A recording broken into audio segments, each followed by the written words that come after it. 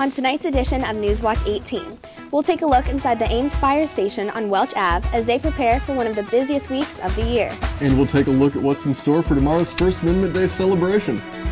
I'll have all your sports updates, including a recap of yesterday's softball game. And I'll have your forecast for tonight and the rest of the week. Stay tuned for all this and more tonight on Newswatch 18. Studio B, this is Newswatch 18.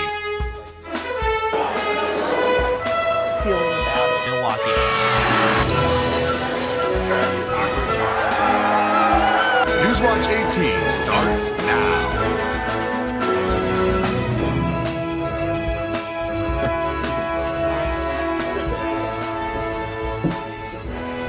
Good evening and welcome to the April 11th edition of Newswatch 18. I'm Tommy Clark. And I'm Kyle Steingraber. Visha's right around the corner, and the Ames Fire Station is preparing for one of its busiest weeks of the year. Matt Van Winkle and Julie Farrell have more. When people think of Welch Avenue, they think of the bars and the nightlife that make up Campus Town. However, nestled on the corner of Welch and Chamberlain Street is the home of Ames' oldest fire station. Station number 2 was built in the heart of Campus Town in 1966. Being so close to the Iowa State campus, fireman Adam Land says the station gets many interesting calls, usually involving students. We've had windows broken out in the station. We have, especially like on Visha, even just a normal busy night, we might have 500 people out here on the apron. We have to always be on the watch. And with Visha just a week away, fireman Chris Osborne says this station is preparing for one of the busiest weekends of the year. Definitely, it seems to be one of our busiest weekends. We'll average on Thursday night, Friday night, and Saturday night, probably close to 30 calls a night. And most of them are all centered out in the Campus Town areas. Station 2 becomes a command center during Visha, with Ames Police and Mary Greeley Medical Center both setting up there. Land says a lot of preparation goes into Visha weekend. This becomes a real busy place. There's lots of preparations that go on. We actually were so busy out here that we run a full rescue and a full engine, which means we have a rescue staff that can go at any time and an engine staff fully that can go at any time. Because Visha is such a busy time, Land says the station will hire back extra staff to assist them next week. For ISU TV with Julie Farrell, I'm Matt Van Winkle.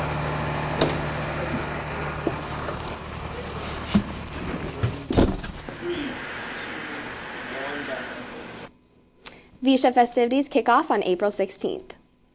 Iowa State University's 2012 list of distinguished alumni includes 3 out-of-this-world Iowans. Stephen Bales, Leroy Kane, and L. Michael Weeks represent the Department of Aerospace Engineering's contributions to NASA from the dawn of the space age to the present. The men share 109 years of NASA experience, in which they contributed to everything from the Gemini project to the Space Shuttle. They will be honored at the department's Distinguished Alumni Ceremony on April 13th. The much-anticipated First Amendment Day celebration takes place tomorrow. One festivity is Freedom Sings, a musical celebration of the First Amendment. The multimedia presentation is part concert and part conversation. It features music that has been banned, censored, or sounded a call for social change. Live music, video, and narration will be featured, and hit songwriters, engaging performers, and Grammy Award winners will be showcased. Come celebrate in the Great Hall of the Memorial Union, beginning at 8 p.m. tomorrow night. In addition to the Freedom Sings musical, a Songwriters in the Round post-show performance will be held. Participating musicians include Joseph Wooten, keyboardist for the Steve Miller Band, Grammy Award nominee Ashley Cleveland, guitarist Bill Lloyd of Foster, and songwriter and guitarist Jason White. The post-show will take place in the maintenance shop of the Memorial Union. The program begins at 10 p.m. and admission is free. If you miss the start of Fashion Week, don't worry, you still have time to be fashionably late. Tomorrow night is Girls' Night, featuring services from local saloons and spas, and a mini fashion show. Friday night, there will be a social media scavenger hunt, which will feature jewelry and gift card giveaways. Fashion Week culminates in the 30th Annual Textiles and Clothing Fashion Show on Saturday in Stevens Auditorium. The show starts at 7 p.m., and tickets are $16 for students. The 6th Annual Symposium on Undergraduate Research and Creative Expression is next week. More than 100 research projects will be presented on everything from artificial intelligence to zebrafish. The symposium will represent work from more than 130 undergrads from 45 different majors. The event kicks off at 9 a.m. with opening remarks from Professor Stephanie Hansen and runs until 5 p.m. in the Memorial Union. It is free and open to the public.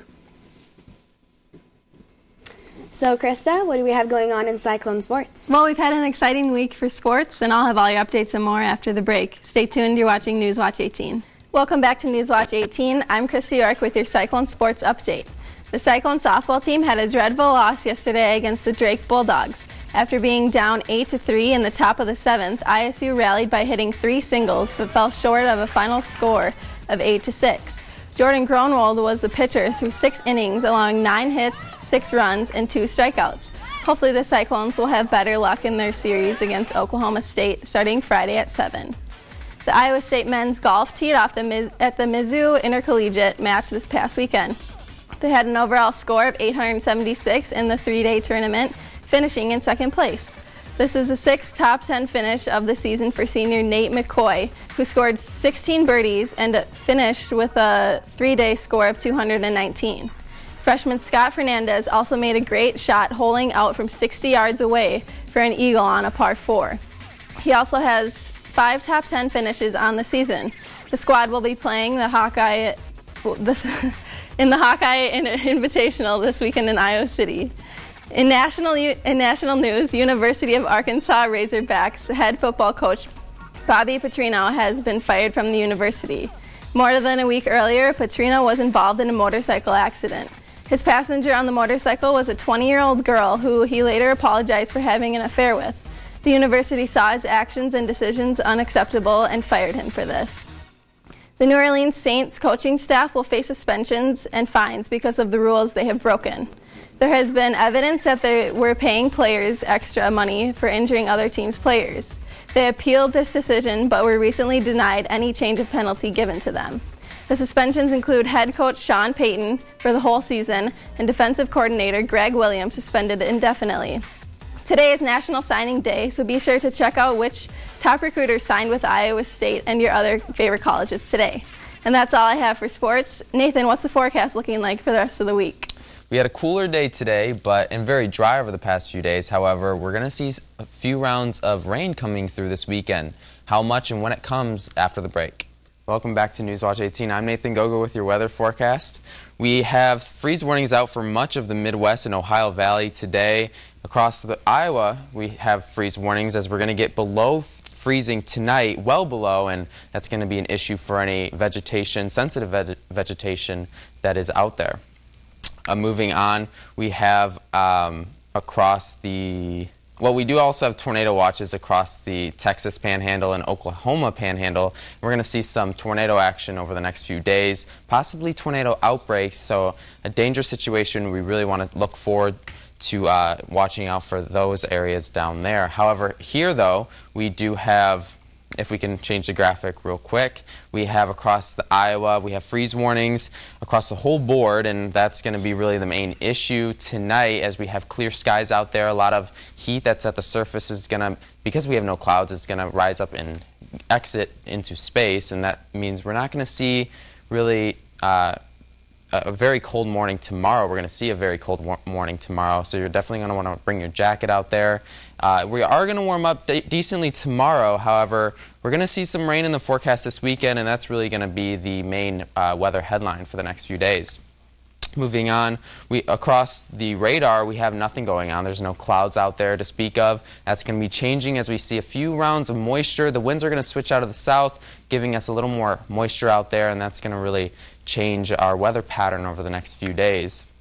Moving on, we have temperatures across Iowa and the Midwest. We have 51 out in Chicago, 57 here in Des Moines, generally 50s out there. We're going to see some moisture moving up from the south, and that's going to trigger some thunderstorms and some rain showers tomorrow night. Tomorrow during the day is going to stay pretty dry out there, plentiful sunshine, but as we move into tomorrow night, we're going to see some chances for some showers out there. So moving on, we have Wednesday right now it's 55 degrees, it's clear. Those temperatures are going to tank as we head into sunset. Wednesday, 60 degrees, plentiful sunshine, and then Thursday we're going to see those clouds and showers move in. Friday and Saturday, more rounds of moisture and thunderstorms, and that's going to really change our weather pattern. Back to you guys. Thanks, Nathan. Lectures of all topics are presented to students around campus every day. One of these lectures is a presentation by a distinguished artist named Katie Stone. Stone will be presenting on influential landscapes. As an artist, she has exhibited her artwork in over 40 solo and group exhibitions, as well as completed 10 art commissions. Stone graduated from ISU in 1992. She now has work featured in the U.S. Art Embassy's collection in India and Iraq. The lecture on influential landscapes will be held tomorrow at the College of Design Auditorium, beginning at 7 p.m. And that's all we have for this edition of Newswatch 18.